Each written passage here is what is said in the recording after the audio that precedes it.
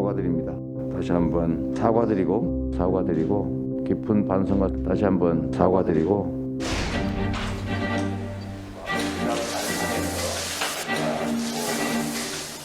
평소에 못 보던 새로운 분들 많이 보게 돼서 여러분들 반갑고 또 회의 자체가 활기가 좀 있는 것 같습니다. 저와 우리 민주당 따끔한 회초리를 맞을 준비가 돼 있습니다.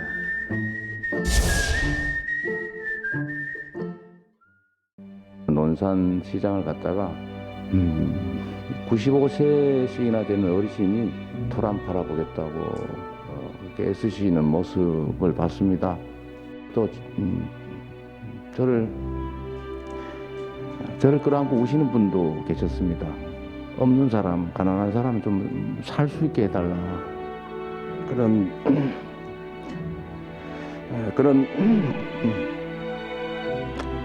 분들의 그 눈물을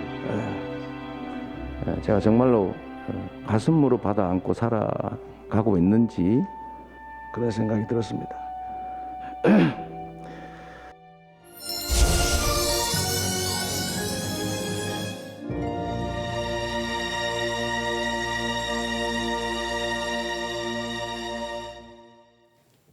더불어민주당 선대위 쇄신의 정권을 넘겨받았죠. 이재명 후보가 대대적인 변화를 예고하면서 새로운 민주당 1일차를 선언했습니다. 네, 국민의힘은 김종인 전 비대위원장의 선대위 합류가 미뤄지면서 갈등의 불씨가 되살아나는 모습인데요. 세 분과 함께 자세한 이야기 나눠보도록 하겠습니다. 홍성걸 국민대 교수, 최진 대통령 리더십 연구원장, 백성문 변호사 함께합니다. 네, 어서 오세요. 안녕하세요. 자, 먼저 민주당 얘기를 좀 하겠습니다. 이재명 후보 어제 정권을 위임받은 이후 첫 번째 선대위 회의를 주재를 했는데 분위기가 상당히 많이 변했습니다. 일단 당 지도부의 모습이 없었고요. 2030 세대 청년들과 회의를 함께 했는데 여러 차례 사과를 했습니다. 책임이라는 단어를 13번 사용을 했고요. 반성이 8차례. 사과, 언론에 따라서는 4차례, 5차례 이렇게 나오는데 이재명 후보 국정감사장에서 자신만만하고 그 웃음소리가 지금 조금 시간은 흘렀지만 그때와 비교하면은 정말 180도 변했다, 바뀌었다, 좋은 쪽으로 이렇게 표현을 해도 될 것 같은데 어떻게 보셨습니까? 그래서 그게 좋은 쪽인지 어쨌는지 모르겠습니다만 과거에 광고 카피에 우리 아이가 달라졌어요. 이런 카피가 있었거든요. 그런 것처럼 이제 하루아침에 이재명 후보가 목소리의 톤도 그렇고 표현하는 방식도 그렇고요. 얼굴의 표정도 그렇고 모든 것이 하루아침에 달라졌습니다. 그것은 지금 말씀하신 것처럼 그동안 해왔던 굉장히 직설적이고 당당하고 맞습니다. 자신의 의사를 굽히지 않고 하는 것이 지지율을 높이는데 전혀 도움이 되지는 못했다. 분명히 토론에서는 이겼는데 사실은 전투에서 이기고 전쟁에서는 진 것 아니냐라고 하는 반성이 있었던 것 같아요. 그래서 이제 지금 새로운 모습을 시도를 하는데 저는 그런 생각이 들었습니다. 의사가 말이죠.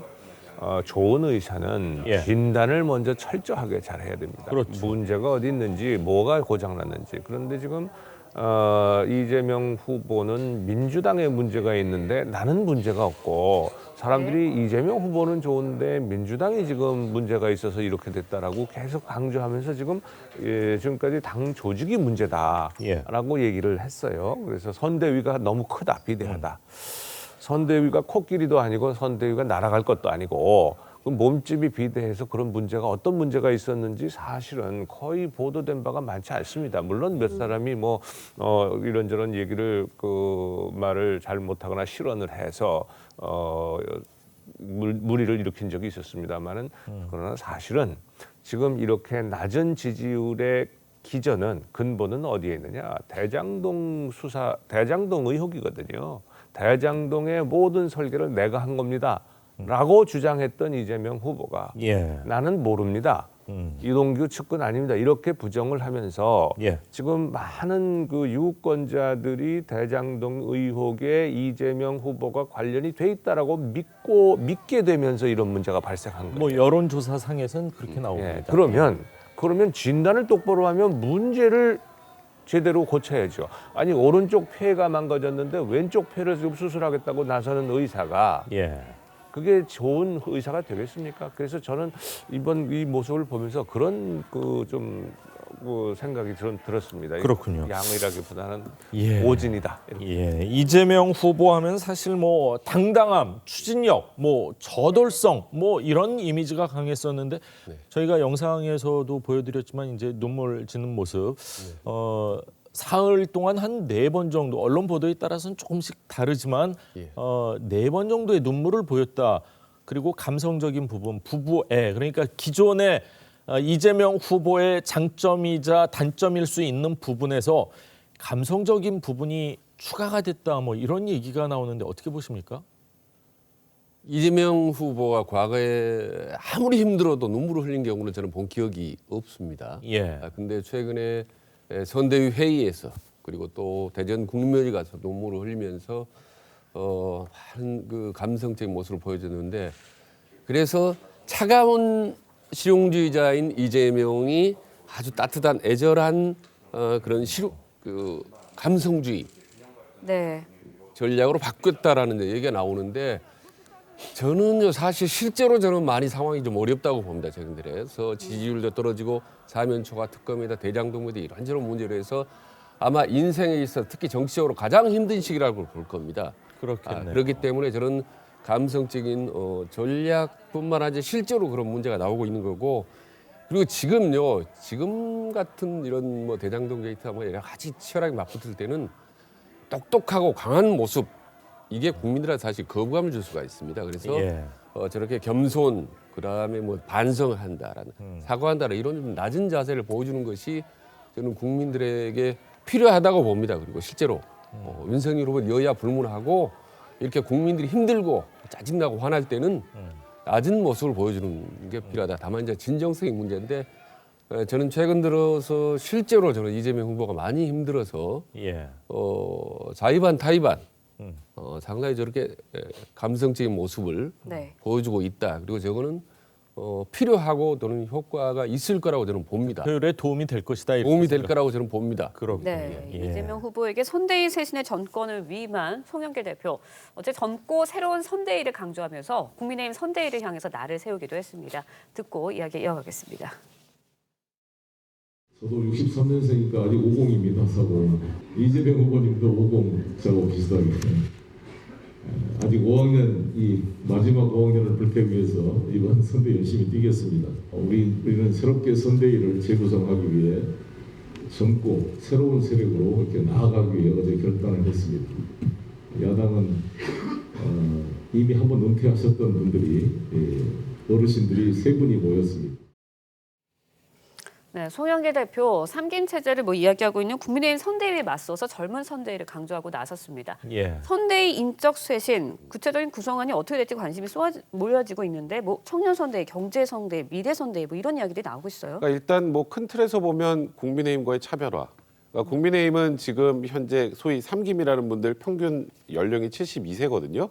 이에 비해서 젊고 역동적인 그런 선대위를 꾸리겠다라는 그런 구상 하나하고, 두 번째는 그러니까 소위 지금까지 민주당의 선대위가 용광로 선대위라고 해서 메머드급이라고 했습니다만 이재명의 색깔이 드러나지는 않았다. 이런 판단으로, 그러니까 민주당의 이재명이 아니라 이재명의 민주당이라는 걸 강조하지 않았습니까? 네. 그러니까 기존에 있는 소위 친문의 색채를 좀 빼고 외부 인사를 과감하게 영입해서, 그러니까 이재명 후보 중심으로 민주당이 움직이는 모습을 보여주는 방향, 이런 쪽으로 일단 차별화를 하려는 것 같고요.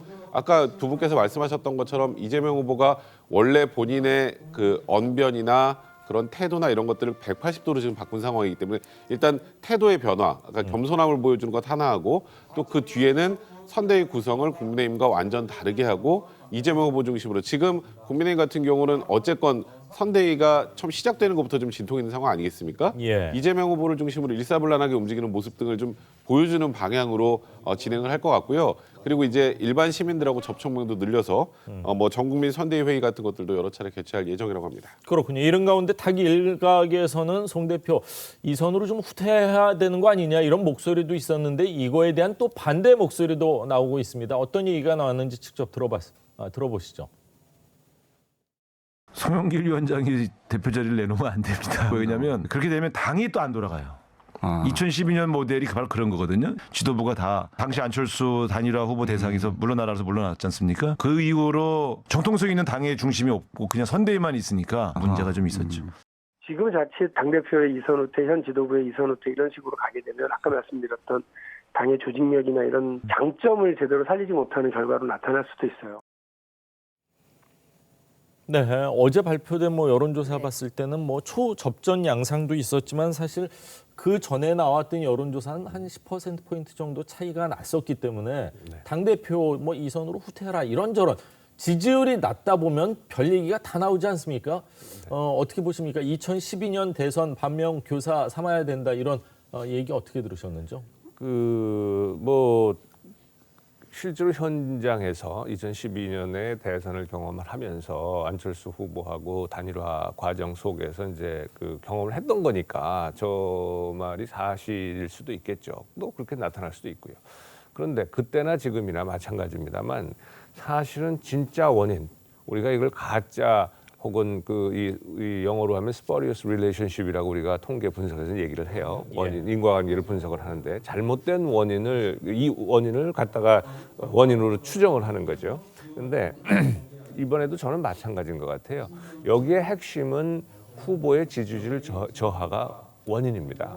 후보가 지지율이 저하가 되면요. 그러면 내부에서 이런저런 걱정이 나오게 마련이고 그것이 선대위 활동도 대단히 어렵게 만들고 당과 그 후보 측 간의 관계도 또 어렵게 만들어요.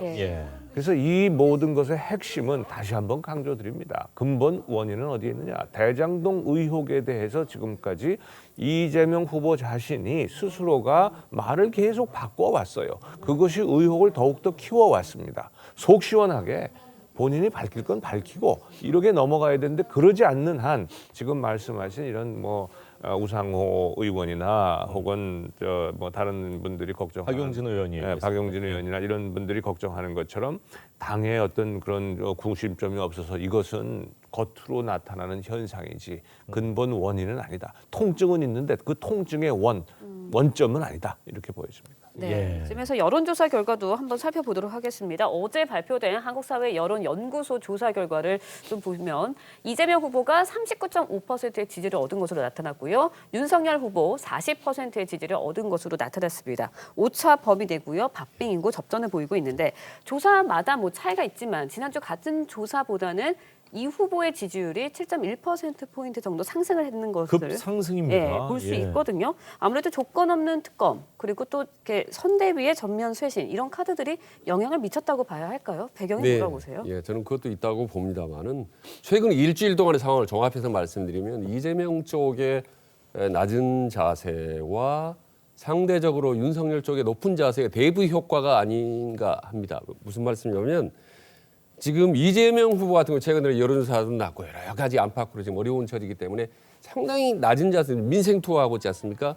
지금 부산 경남 2박 3일, 충청도 2박 3일 돌았습니다. 그래서 2030 영세민으로 집중적으로 이제 낮은 자세 사고하고 용서하고 도와달라고 이제 호소하고 다니고 있지 않습니까? 반면에 상대적으로 최근 일주일 보면 윤석열 쪽, 그러니까 국민의힘 쪽은 마치 선대위 지도부를 놓고 자리 다툼하는 듯한 이런 모습들이 사실 보여졌거든요.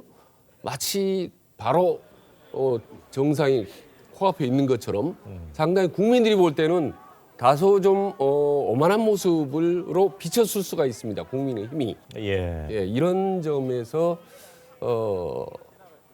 민주당 일부 진보층이 다시 이재명 쪽으로 결집을 하고 중도의 일부가 이재명 쪽으로 넘어가면서 상당히 좀 급상승 효과가 오지 않았나라는 생각이 듭니다. 그리고 최근 여론조사 보면요.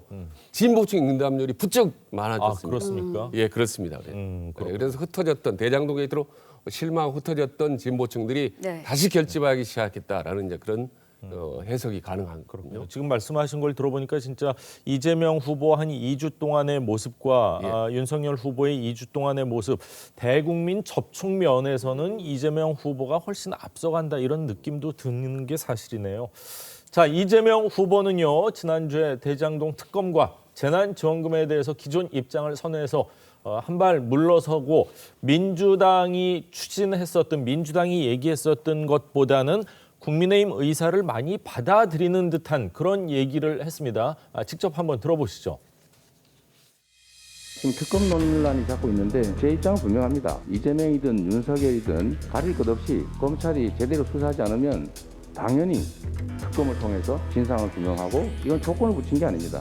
오히려 신속하게 지원해야 된다는 이 대의가 전국민 재난지원금 때문에 훼손될 수도 있겠다는 우려가 됐습니다. 저의 주장 때문에 지연되지 않도록 저의 주장을 접고 신속하고 또 과감하고 폭넓은 지원을 할 수 있도록 하는 게 맞겠다고 생각했습니다. 자, 후보가 반대하는 것과 나는 받아들이겠다. 그리고 이제 당대당 협상에서 어떻게 되는지는 또 뭐 그 협상 결과를 지켜봐야 되는데 전국민 재난지원금 역시 강력하게 주장을 하다가 일보 후퇴가 아니라 뭐 제가 봤을 때는 뭐 한 10보, 20보 정도 후퇴를 하는 그런 모습입니다. 굉장히 유연하다 이런 생각도 들거든요. 득표에 도움이 된 겁니까? 그러니까 일단 지금 우리가 분석하고 있는 여론조사가 기존의 여론조사하고는 좀 많이 차이가 나서 네. 사실 여론조사의 추이를 몇 개 앞으로 나오는 것들을 좀 더 지켜봐야 정확하게 말씀을 좀 드릴 수 있겠습니다만 일단 이 여론조사만을 기초로 해서 이제 말씀을 드린다면 조금 전에 설명하셨던 것처럼 이재명 후보는 지금까지 본인이 모든 걸 밀어붙이고 강대강으로만 진행을 해왔다가 예. 이번에 재난지원금 관련해서 사실상 철회죠. 그렇죠. 사실상 철회입니다. 그러니까 이걸 이제 좋게 분석하면 이제 이재명 후보가 유연성 있게 대응을 한다. 유연성이라는 걸 얻었다라고 이제 민주당 측에서는 이제 강조를 하고 있고요. 예. 또 특검과 관련해서도 계속 말씀하셨던 것처럼 이재명 후보가 지금까지 뭐 대장동에 늪에 빠졌다 이런 표현들을 많이 썼는데 어쨌건 뭐 여러 가지 실질적으로는 이 특검 안에 굉장히 미묘한 얘기들이 들어 있습니다만 대외적으로 비춰지기에는 조건 없이 특검을 수용하겠다라는 그런 입장 등을 보이는 것 예. 그리고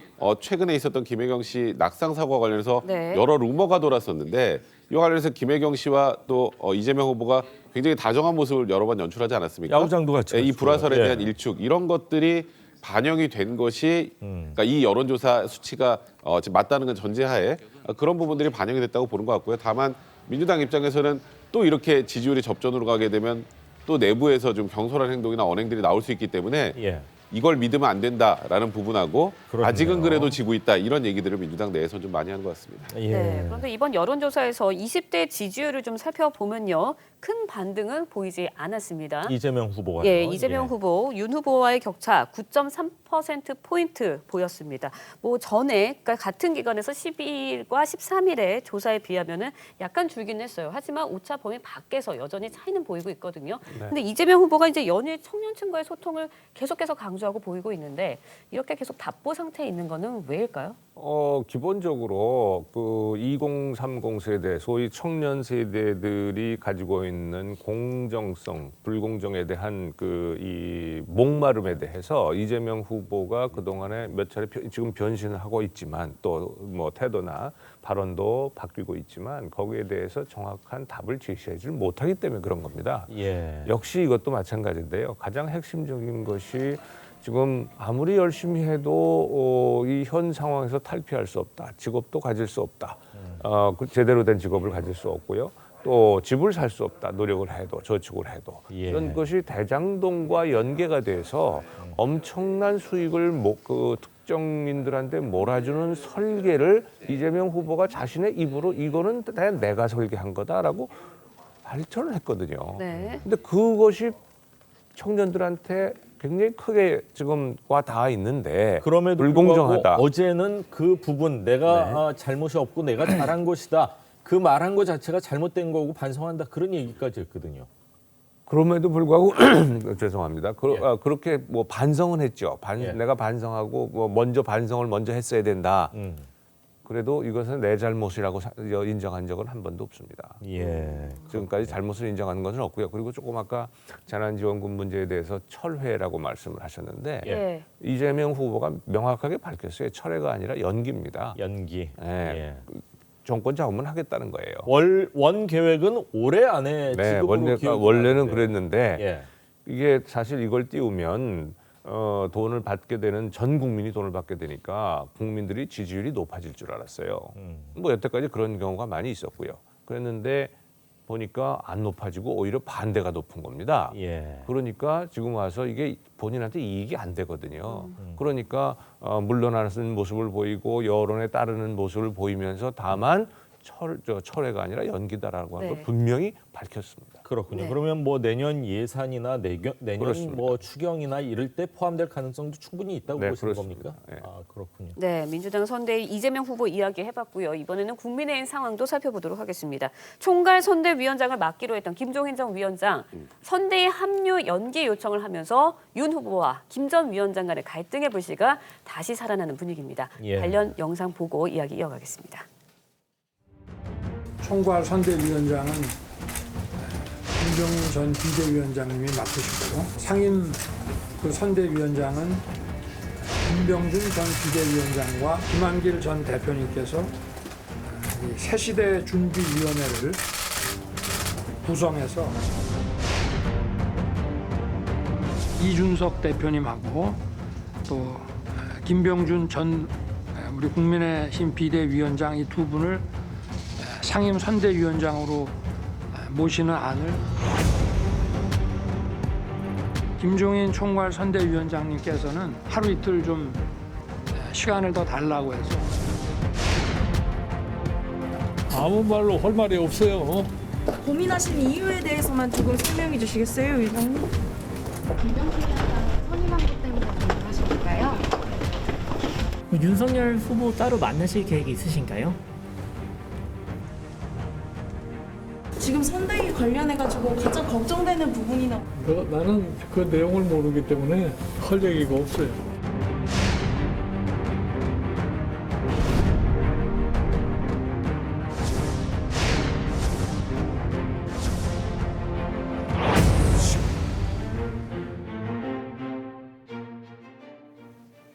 네, 지금 들으신 것처럼 김종인 전 비대위원장 시간을 조금 달라고 했다고 합니다. 그러면서 지금 김종인 전 비대위원장은 난 지금 할 말이 없다 이렇게 얘기를 하면서 이준석 대표, 김병준 전 위원장이 먼저 상임 선대위원장이 임명이 됐고 예. 김한길 전 민주당 대표 같은 경우는 새시대 준비위원장으로 3김 체제로 저희는 발표가 될 것으로 예상을 했었는데 김종인 전 비대위원장 모시기는 쉽지가 않다.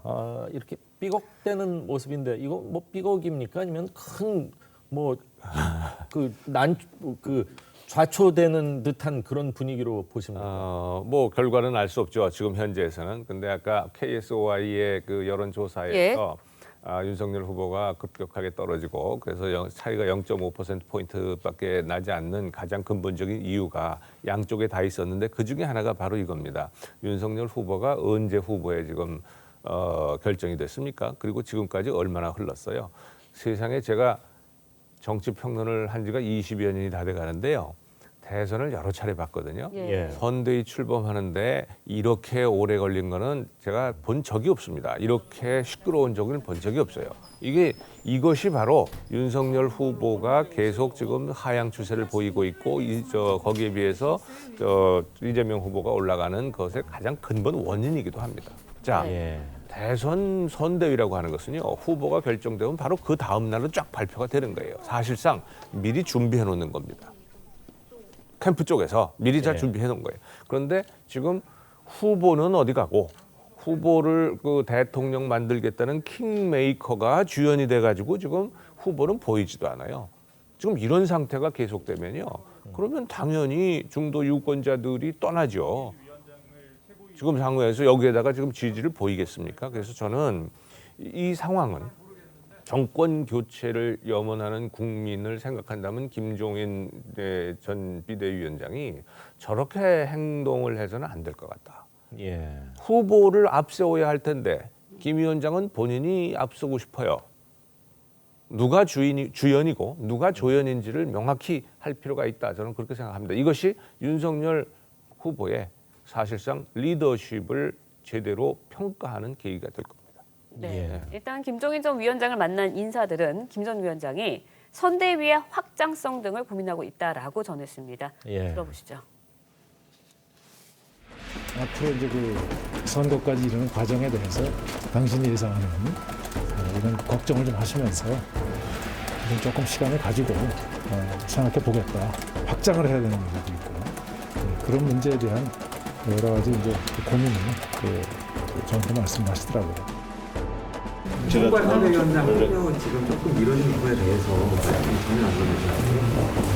그리고 한번 합류하실 것 같아요. 선대위 구성 방향에 대해서 그렇게 좀 긍정적으로 보시는 건 아닌 것 같아요. 어떤 점에서 부정적? 제가 무슨 현안을 상의하러 온 게 아니어가지고 오늘. 근데 금방 안 될 아니. 거라고 생각하시는 그런 느낌을 받았다는 거예요. 네, 임태희 전 비서실장과 정태근 전 의원 이야기를 들어보셨는데요. 예. 김 전 위원장이 확장성 등에 대한 여러 고민을 하고 있다. 금방 합류하지는 않을 것 같다라고 전했습니다. 아무래도 쉽지 않아 보인다라는 의미인 것 같은데 어떤 의미로 받아들여야 할까요? 확장성을 놓고 윤석열 후보하고 김정인 후보의 생각이 많이 좀 다른 것 같아요. 그러니까 노무현 정부에서 청와대 정책실장을 했던 김병준 씨와 민주당 대표를 했던 김한길 씨, 두 사람을 영입하는 것이 확장성에 도움이 된다라고 보는 건 이제 윤석열 후보의 생각이고요. 네. 반면에 이제 김종인 전 위원장 같은 경우는 저 두 사람이 오는 거는 이제 2030 젊은 층 MZ 세대를 끌어오거나 중도층을 흡수하는데 별로 도움이 안 된다고 보는 것 같아요.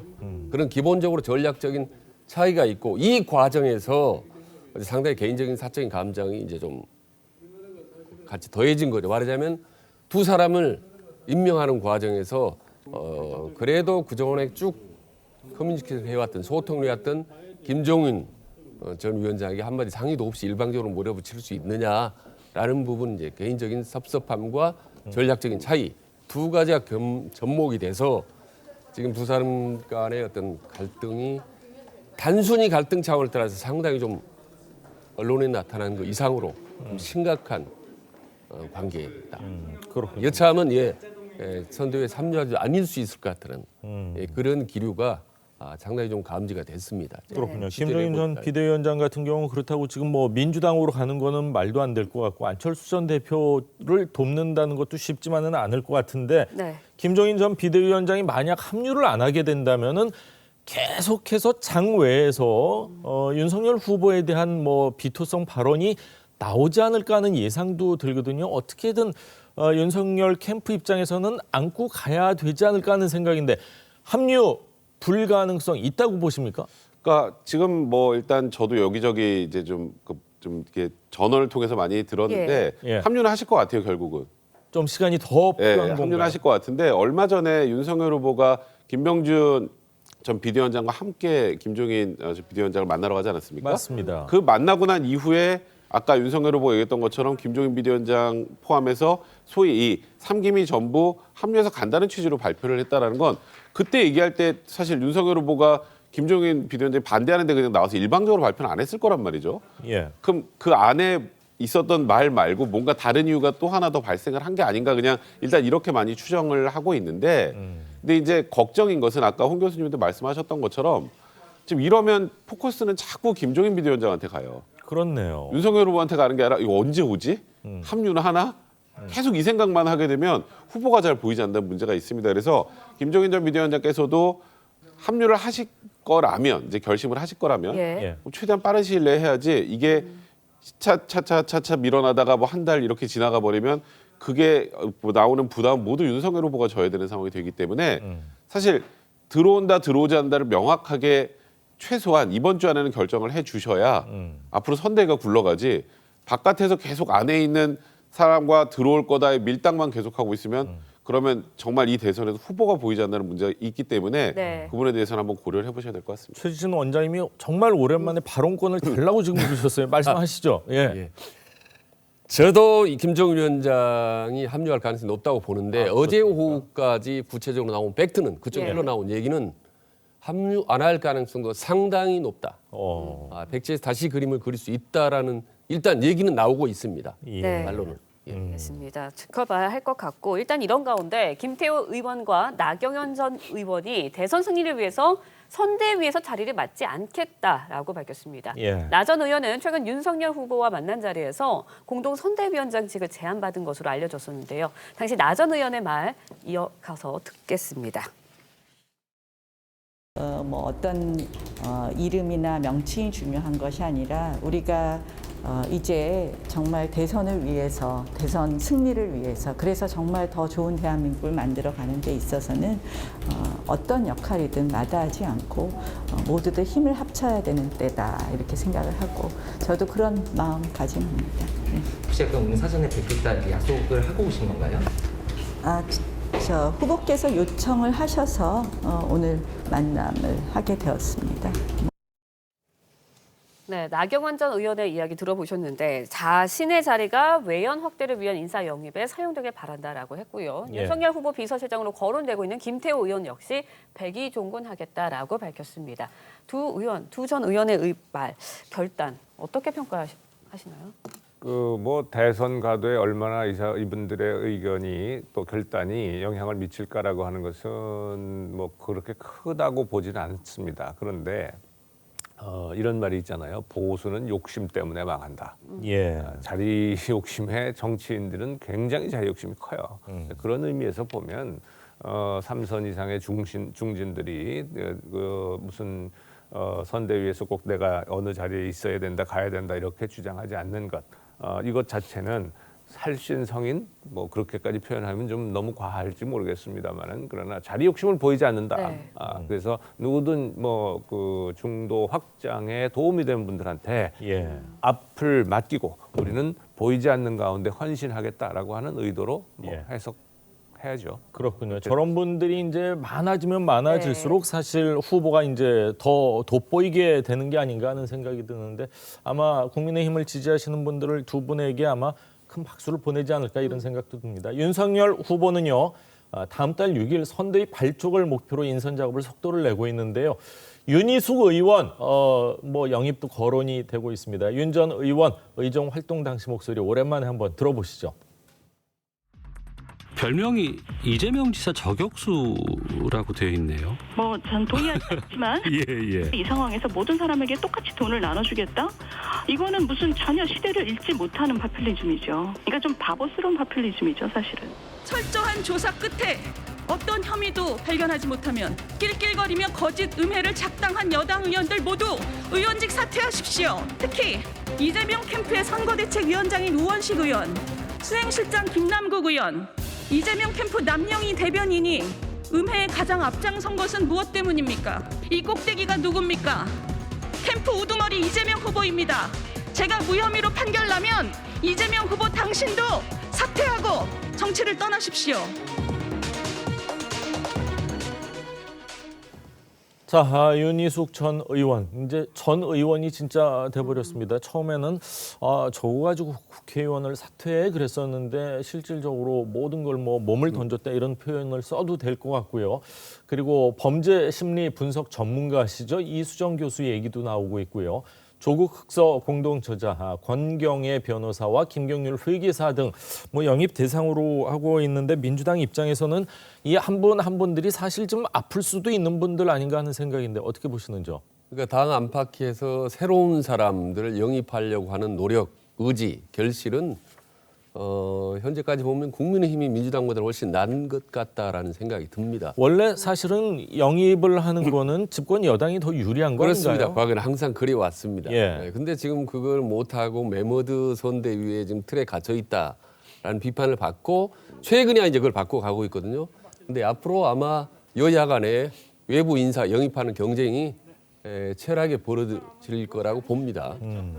그렇군요. 네, 이번에는 다른 후보 이야기도 하도록 하겠습니다. 살펴보겠습니다. 정의당 심상정 후보, 국민의당 안철수 후보에게 조건 없는 만남을 제안하면서 제3지대 공조를 시작하겠다라고 밝혔습니다. 앞서서 이제 안 후보가 심 후보에게 특검 공조를 요청한 바가 있었는데요. 안 후보가 심 후보의 제안, 앞서서는 사실 좀 선을 긋는 듯한 모습을 보였는데 제안에 응답할 가능성이 있을까요? 연대 제안에? 어떻게 보세요, 최재미 위원장님?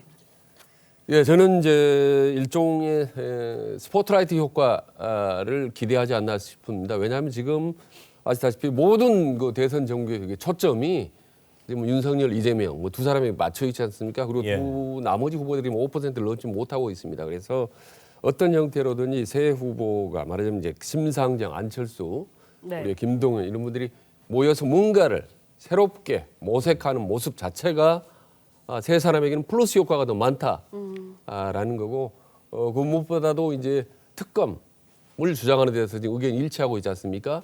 그런 점에서 저는 일단 세 사람이 모여서 뭔가 함께 머리를 맞대고 그 제3지대를 만들어가는 노력을 할 가능성이 높다고 봅니다. 다만 마지막까지 단일화나 연대할 가능성은 지금 보면 그 가능성은 저는 높지 않다, 낮다라고 보는 거죠. 워낙 정체성이나 색깔이 다르기 때문에 그렇군요. 당분간은 공조의 모습을 보이기 위한 노력은 해 나갈 거라고 봅니다. 그렇군요. 양당 체제에 어느 정도 뭐 신물을 느낀다고 할까요? 뭐 이래 패라는 게 사실 대한민국 사회에 존재하는데 제3지대 연대라는 게 참 어렵네요. 뭐 하려면 쉽죠. 그런데 그 지금 연대를 통해서 결과를 바꿀 수 있느냐라고 하는 효능감은 거의 0에 가깝거든요. 그러다 보니까 이 제3지대에 있는 후보들 사이에 소위 단일화 얘기라든가 이런 것까지 가기에는 멀다. 차라리 끝까지 뛰어서 뭐 정의당이면 정의당, 안철수 후보는 안철수 후보 나름대로 또 김동연 후보도 있죠. 이런 분들이 내가 지금 주장하는 바를 국민께 알리겠다. 뭐 이런 것들, 이런 생각이 더 큰 거죠. 제가 생각하기엔 그래요. 안철수 후보는 유동적이지만 심상정 후보는 절대 민주당과 후보 단일화 뭐 이런 것은 어려울 것 같다 이런 생각은 들고요. 결국 저는 그런 것 같아요. 우리 저 제3지대 후보들이 보여주는 행보는 우리도 여기 있어요라고 손을 흔드는 것이고 결국 1등이 영광스러운 것은 꼴찌가 있기 때문 아니냐라고 우리 아이들 격려를 하거든요. 애들이 시험 잘 못 보고 했을 때 걱정 마라. 다음 기회에 잘하면 된다. 이렇게 얘기를 하는데 저는 그러한 의미로 지금 제3지대 후보나 혹은 지금 이 상황을 설명드리는 것이 유권자들의 이해가 훨씬 더 빠르겠다 이렇게 생각이 듭니다. 그렇군요. 자, 계속해서 오랜만에 대장동 수사 관련 이야기를 좀 짚어보도록 하겠습니다. 검찰이요, 김만배 씨하고 남욱 변호사 같은 경우는 이제 구속해서 기소가 됐고요. 정모 회계사 같은 경우는 불구속 기소가 됐습니다. 공소장 내용을 보면은요. 구속영장 청구할 때 651억 원 손해를 끼쳤다 했는데 어제 기소될 때 보니까 최소 1,827억 원 손해를 끼쳤다. 이렇게 이거 말고는 뭐 특별한 변화가 없는 것 같아요. 어느 정도 예상이 됐던 부분입니다. 지금 말씀하셨던 것처럼 김만배 씨하고 남욱 변호사의 구속기간 만료일에 어쨌건 기소를 해야 되는 상황이라 기존에 지금 수사한 내용을 기초로 해서 기소를 한 것뿐이고요. 처음에 구속영장 청구할 때 배임 액수가 너무 줄었다고 얘기하지 않았습니까? 그 부분만 다시 한 1,800억 정도로 이제 상향해서 그래서 기소를 하게 된 건데 이제 이번 대장동 사건의 핵심은 그럼 이 결제 라인이 있는 이 윗선에 대한 수사는 어떻게 할 것인가? 또 하나는 그 대장동 사업을 통해서 나온 여러 이익들이 건너간 뭐 소위 50억 클럽이라고 얘기가 나오는 이 돈이 정관계 로비에 쓰였다면 누구누구에게 갔고 그게 어떤 대가 관계가 있는가 이게 어찌 보면 이 수사의 핵심이었는데 이 두 개는 빠져 있고 지금 결국 정모회계사 김만배 씨 그다음에 남욱 변호사와 유동규 씨 4명이 공모해서 지금 이 사업을 다 한 걸로 지금 이제 결론이 나온 상황이기 때문에 뭐 이번 현재 이 수사 과정이 최종적인 수사는 아니고 이번에 또 소위 쪼개기 회식 논란 때문에 부장검사 교체되지 않았습니까? 수사팀을 교체한다는 건 앞으로도 수사를 계속하겠다는 그런 의지나 마찬가지이기 때문에 조금 더 지켜봐야겠습니다만 지금까지의 검찰의 수사 방향으로 봤을 때 과연 그게 가능하겠는가 의구심이 드는 건 사실입니다. 그렇군요. 권순일 대법관의 뭐 재판 거래 의혹입니다만 그 문제 또 곽상도 전 의원 아들 50억 원 퇴직금 문제도 있고요. 그리고 황무선 전 성남도시개발공사 초대 사장 사퇴 문제 할 때 경기도 어떤 뭐 실장이었는지 최측근의 이재명 후보의 최측근 연루설 뭐 이런 것도 있고요. 그리고 2014년에서 15년 로비 명목으로 43억 원을 전달을 했다라는 뭐 이 진술과 정황이 확보가 됐는데도 이런 부분에 대해서는 언급이 없는 거죠, 지금. 그러니까 그거를 수사를 안 하겠다는 건지 이제 아직 수사가 미진해서 그 부분에 대해서는 좀 더 수사를 하겠다는 건지 명확하지는 않습니다만. 근데 검사가 26명이면은 메모드급 거죠. 수사 단 아닌가요? 이제 검찰의 입장을 좀 대변한다면 뇌물 수사는 진짜 어렵긴 합니다. 그러니까 실제로 예를 들어서 곽상도 의원만 생각을 해보면 곽상도 의원이 아들에게 50억이 갖는 걸 실제로 인지하고 있었는지 그리고 인지했다면 그에 대해서 대가 관계가 어떻게 되는지 이런 부분들을 파악하는 게 일단 좀 쉽지 않다라는 부분은 좀 이해가 되는데 아까 조금 전에 말씀하셨던 것처럼 박영수 전 특검의 친척이 예. 일단 지금 말씀하셨던 것처럼 43억을 뭐 남욱 변호사 등에게 2014년 정도에 전달을 해서 그게 그러니까 그 당시 2014년에 지방선거에 선거장으로 활용됐다라는 진술을 확보했다 이런 기사가 나왔는데 그렇죠. 그러면 그 돈의 이제 사용처나 이런 것들을 알아봐야 예. 그게 이제 말 그대로 뇌물로 사용되는지 아닌지를 알 수 있는 거거든요. 근데 그 부분에 대해서는 지금 전혀 언급이 없어요. 그러다 보니까 일각에서는 검찰이 윗선 수사와 관련된 건 처음부터 할 생각이 별로 없었던 것 아니냐. 수사 의지가 부족한 것 아니냐 이런 비판이 나올 수밖에 없는 부분입니다. 예. 네, 정리를 해보면 이른바 대장동 4인방 모두 기소가 됐습니다. 하지만 이제 정모회계사, 녹취록을 제공한 정모회계사는 불구속 기소가 된 상황입니다. 앞으로 재판 과정에 대해서 좀 여쭤보고 싶은데요. 아무래도 정모회계사가 제출한 녹취록을 둘러싼 공방이 치열하지 않을까라는 생각이 드는데 어떻게 전망하세요? 일단 이번 사건 수사의 시작이 정모회계사의 녹취록이었죠. 근데 이제 녹취록이라는 게 이제 일각에서 이게 증거 능력이 없는 것 아니냐 이런 얘기들을 많이 하는데 네. 일단은 원진술자인 정모회계사가 지금 버젓이 살아있기 때문에 법정에 나서 진술을 한다면 증거 능력엔 전혀 문제가 없습니다. 다만 계속 지금 김만배 씨도 그렇고 남욱 씨도 그렇고 이 녹취록에 대해서 신빙성의 의문을 많이 제기하고 있거든요. 네. 이거는 내가 이런 취지로 말한 게 아니다라거나 이거는 뭐 악마의 편집이다라거나 이렇게 얘기를 하고 있다면 예. 과연 이 녹취록이 증명력을 가질 수 있느냐. 그러니까 이걸 기초로 해서 유죄 판단을 할 만한 심증을 판사에게 형성해 줄 수 있느냐. 이 부분이 어찌 보면 이번 재판의 가장 중요한 포인트가 아닌가 싶습니다. 그렇군요. 네. 황무선 전 성남도시개발공사 초대 사장이 사퇴하지 않았으면 과연 이 일이 이렇게 벌어졌을까? 환경부 장관이 그 당시 직권남용으로 유죄를 받았던 기억이 있는데 그거하고 이거하고 어떤 차이가 있나 뭐 이렇게 생각을 해봤을 때 별 차이가 없다 하는 생각도 듭니다. 자, 아까 저희가 토론 과정에서요. 이재명 후보가 재난지원금 철회가 아닌 연기를 밝혔다. 홍 교수께서 이렇게 발언을 한 것과 관련해서 송영길 대표가요. 당정에 모여서 전국민 재난지원금 문제를 내년으로 2월 하기로 이야기를 모았다. 이렇게 얘기를 했습니다. 이재명 후보는 페이스북을 통해서 전국민 재난지원금을 고집하지 않겠다. 이렇게 밝힌 상황입니다. 정확한 팩트 다시 한번 알려드렸습니다. 네. 자, 오늘 세 분 말씀은 여기까지 듣도록 하겠습니다. 말씀 감사합니다. 고맙습니다.